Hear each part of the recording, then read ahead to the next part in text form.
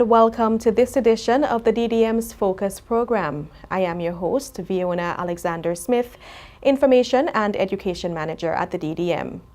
Over the past few weeks, you might have noticed brown patches floating in our waters or washed up on our shorelines. These patches are actually a type of macroalgae known as sargassum seaweed. The sargassum seaweed is harmless to humans on its own, but combined with other factors, it can become a hazard for persons who may be fishing, for example. There are also other disadvantages and benefits of sargassum seaweed, which can become unsightly and smelly if we allow it to accumulate on our shores. More details after this break.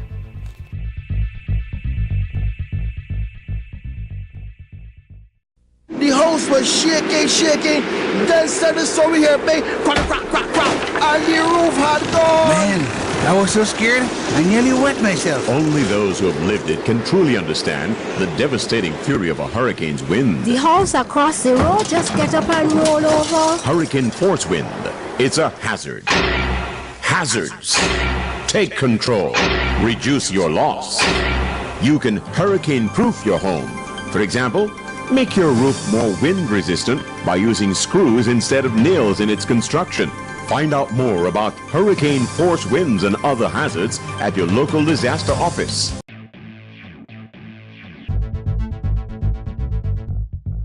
Welcome back to Focus. In this edition, we're helping you to better understand sargassum seaweed and what you can and cannot do during its removal process.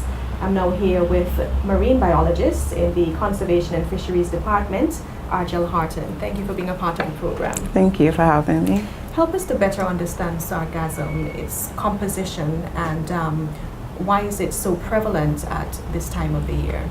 Well, sargassum seaweed is a brown macroalgae that is found within our North Atlantic waters. It's found in the Sargasso Sea, which is between Florida and Bermuda. So it's held together by a gyre which keeps it tightly connected towards, tightly compact. The Sargassum Sea holds like approximately 10,000 tons of sargassum seaweed. And what happens is when you have the prevailing winds and the currents, once you have rough conditions in that sea, pieces of the algae breaks off and it travels along the various Caribbean seas. The tides bring it towards the Caribbean region. It either ends up back up through the Gulf of Mexico, goes back to the Sargassum Sea, or it ends up coming along our various coastlines. All right, is it only prevalent around this time of the year, or can we expect to see sargassum at any time? It depends. You mostly see sargassum during the months of March till summer. Okay. But recently we are noticing that sargassum will come for a longer time period. Originally, we thought that sargassum can only be found at the Sargasso Sea, as I said earlier. But recently, we had like a heavy influx of sargassum from 2011, 2013, 2014 onward. And we found that sargassum came from South America, close to Brazil. And that has been highly impacted the BVI as well as other Caribbean countries. Now, sargassum doesn't pose any real threat to our health or well-being, but from what I understand, it does produce a gas that some persons may be, sensitive to. What gas is produced, and why does it produce this gas? Okay, so it produces a hydrogen sulfide. It is very toxic once it's in high quantities, but because it's being released in an open environment, it doesn't pose a threat, but it causes individuals who are very sensitive to it to have various reactions, like they'll have itchy eyes. Some countries actually promote swimming within the sargassum seaweed, so they will have skin irritation, things like that. The hydrogen sulfide is produced when the sargassum is decomposing. Mm-hmm. So it takes an average of 8 to 16 days for it to fully decompose. But if it's in large quantities is when the gases are released, because it's unable to break down completely. So you'll have that egg smell. Right, and you said some islands encourage swimming in it, but here in the BVI persons, is it that persons are not allowed to swim in it, or? No, we won't encourage individuals to swim in the sargassum seaweed. Okay, all right. And while there are no direct serious impacts on our health, the same cannot be said for the fishing sector. What are some of the negative impacts of sargassum on this sector? Well, during the past years when it was in abundance, we've noted that sargassum was being entangled in fishermen's propellers, and they'll also be entangled in their sea nets. So once that happens, it will eventually entangles in the sea net and it'll create a weight on it. So it'll be hard for fishermen to actually retrieve their gear. Okay, so what about visibility concerns? As you know, the brown sargassum, it sort of blankets the whole area, so to speak. So some persons may not be able to see objects in the sea. Is that a concern for you as well? Well, I don't see anybody really going into the sargassum seaweed once it's in large, thick quantities, because of the visibility will be very poor. What I would say, fishermen has their sea nets or their gears in the water, I would tell them to, once they see the sargassum actually coming in the full amounts, retrieve them as quickly as possible, or either they'll end up losing their equipment, and that'll be a financial loss for them. Okay, so that's your advice essentially, is to just avoid areas where there's large amount of sargassum, and when possible, just retrieve their nets and fishing gear as quickly as possible. Yeah, in addition to their boat, if they can actually, for areas that has large amounts of sargassum seaweed bays where they actually have their boats, I would advise them to, if they could haul their boats out and maybe move it in another location where there isn't any, and they can continue their fishing activities without causing any kind of harm or financial loss for them. Thanks for that explanation. If you're just tuning in to Focus, we are discussing the invasion of the sargassum seaweed. We have been speaking about some of the negative impacts, but there also are some benefits to our marine system. Stay tuned to hear about those benefits after this commercial break.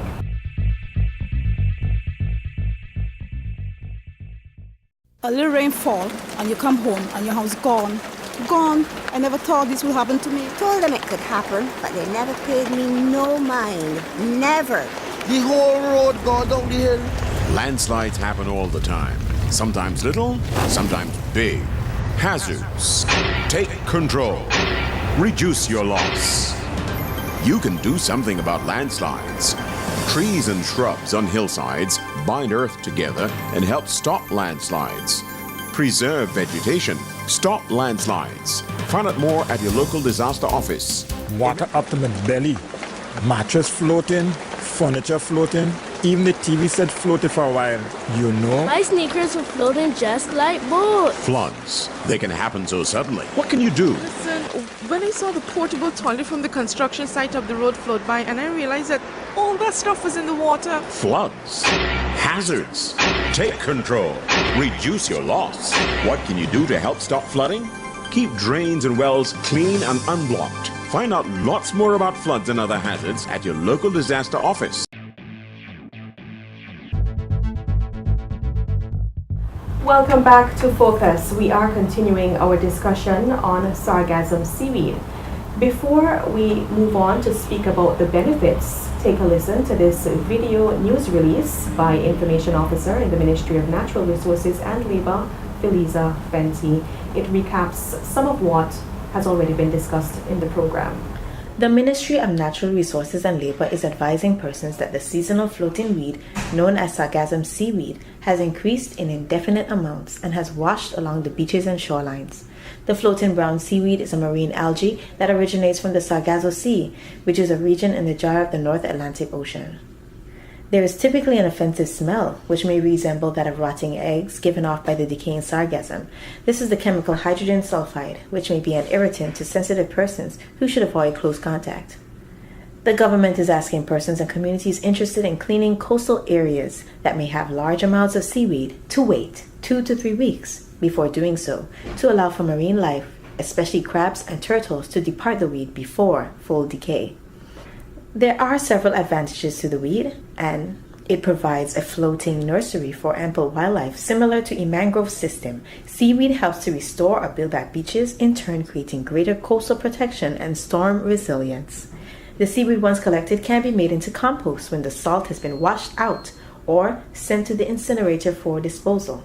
For more information on the sargassum seaweed and beach cleaning efforts, please contact the Conservation and Fisheries Department at 468-2700 or the Department of Disaster Management at 468-4200.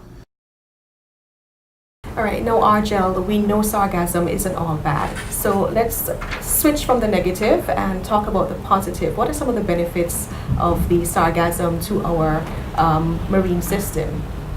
Okay. Sargassum, when I think of sargassum, okay, actually, let's imagine this. You're out in a desert. You're seeing nothing but sand. And you keep walking, you're not seeing anything. And then all of a sudden, you're seeing like an oasis.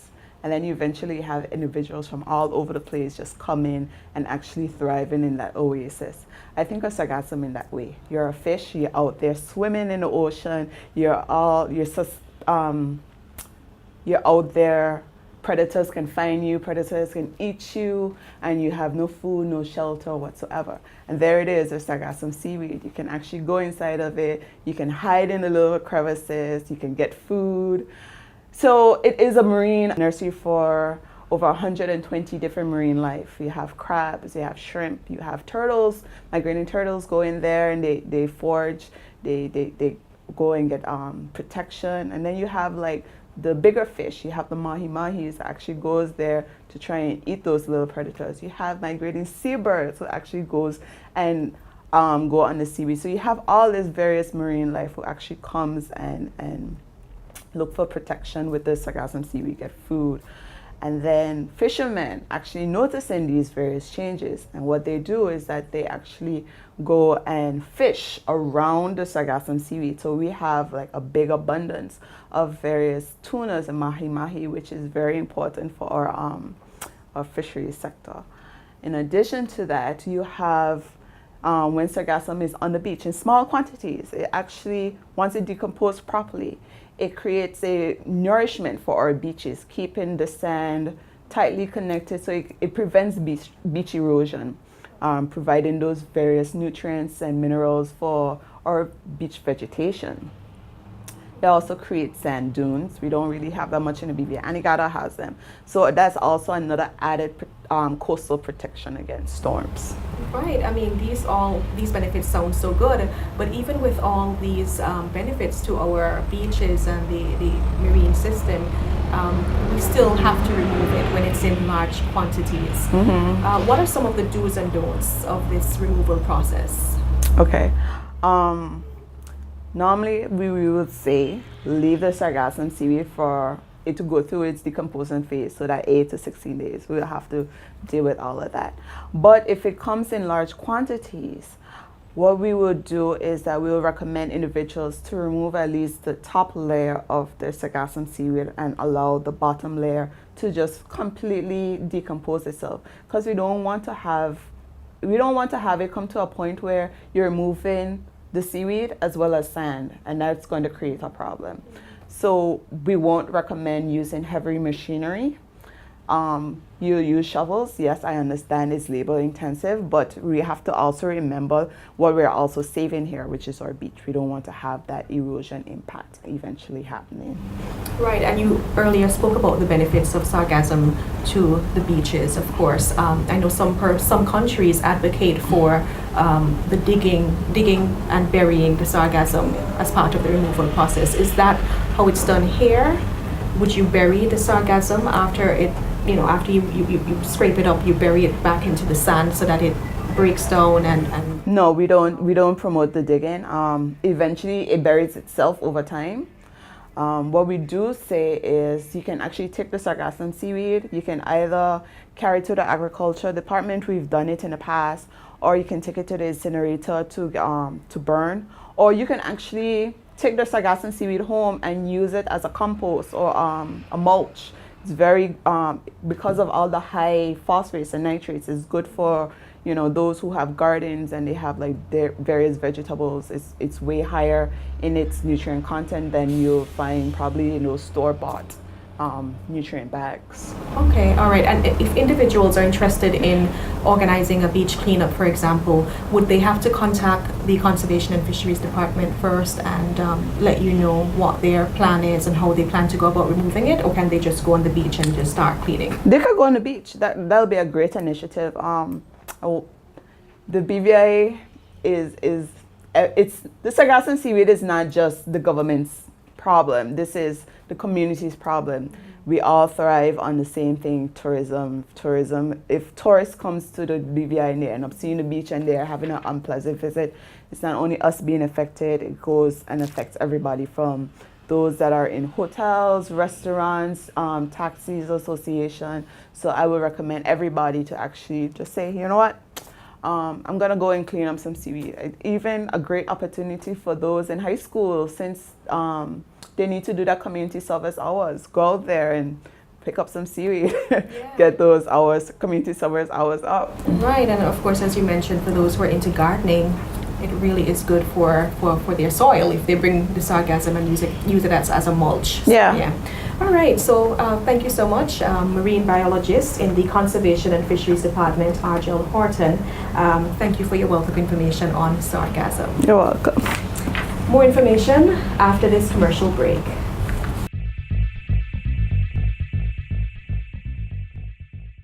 I remember when this beach was really wide, a place to picnic and play cricket. And we used to go up to the end to get away from all the people. Now all the beach gone. Coastal erosion. When the sea starts to come in and take the land away, everyone loses something. Granny, look how the waves are washing right under that house. Coastal erosion. It's a hazard. Hazards. Take control. Reduce your loss. What can you do to help stop coastal erosion? For one, don't drive four-wheel vehicles on seaside dunes. They loosen sand and destroy binding vegetation, causing erosion. Find out more about coastal erosion and other hazards at your local disaster office.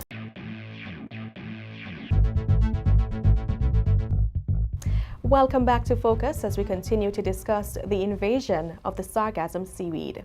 As you may already notice, there's an ongoing cleanup process to remove the piles of sargassum from the docks. Some persons have even invested in equipment that can be used to remove it from critical areas.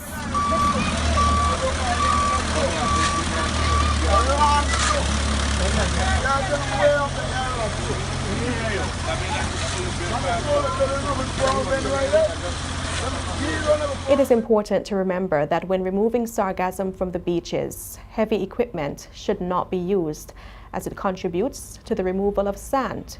And of course, please contact the Conservation and Fisheries Department for guidance on where the sargassum should be placed after its removal.